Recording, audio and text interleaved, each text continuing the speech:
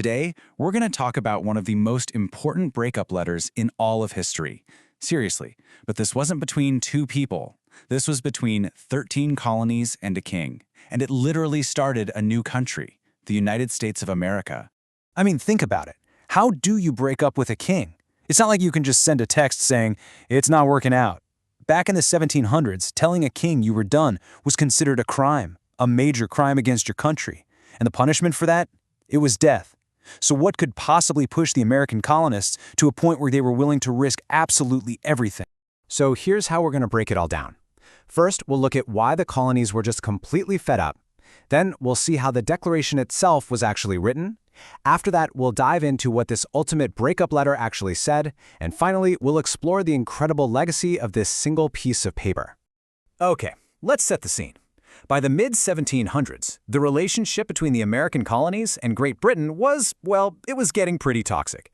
Things were tense, and it really felt like they were heading for a major split. You can really see here how they were living in two different worlds. The colonists were saying, hey, we want a voice in the laws that affect us, especially when it came to taxes.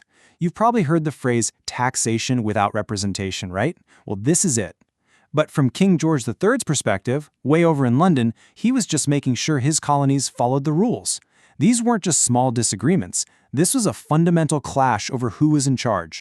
And this is so important to understand. Just talking about breaking away was incredibly dangerous. If the colonists officially declared independence, they'd be committing treason. They were literally risking their lives, their families, everything they owned, all for an idea.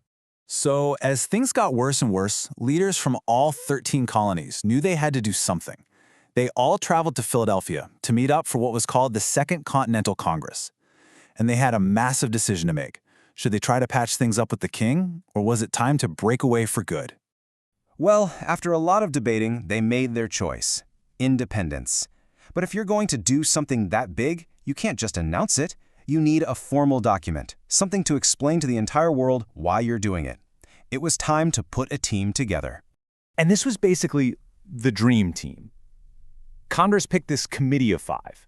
You had John Adams, who was super passionate about independence.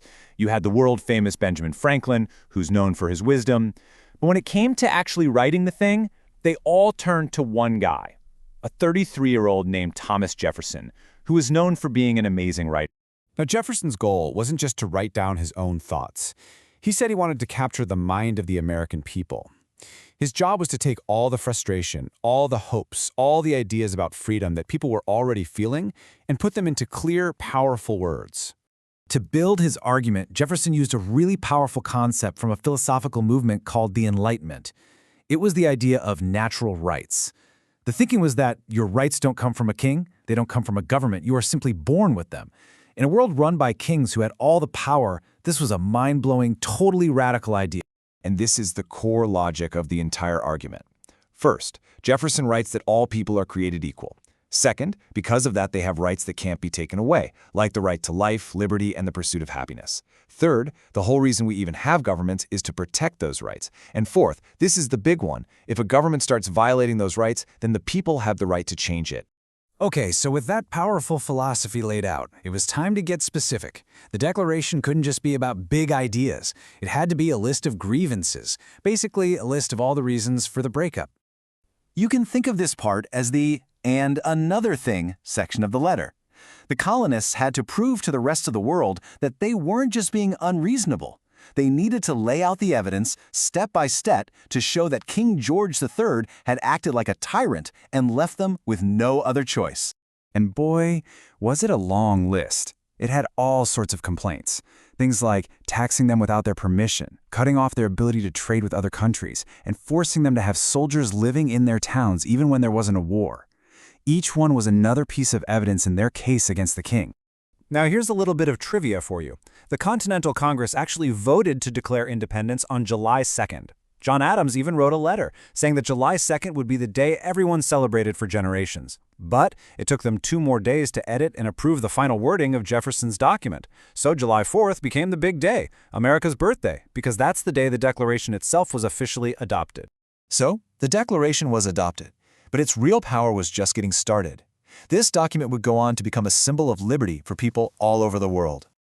56. That's how many men eventually signed the Declaration of Independence. And by putting their name on that paper, every single one of them was putting a target on their back. They were now officially traitors to the British Crown.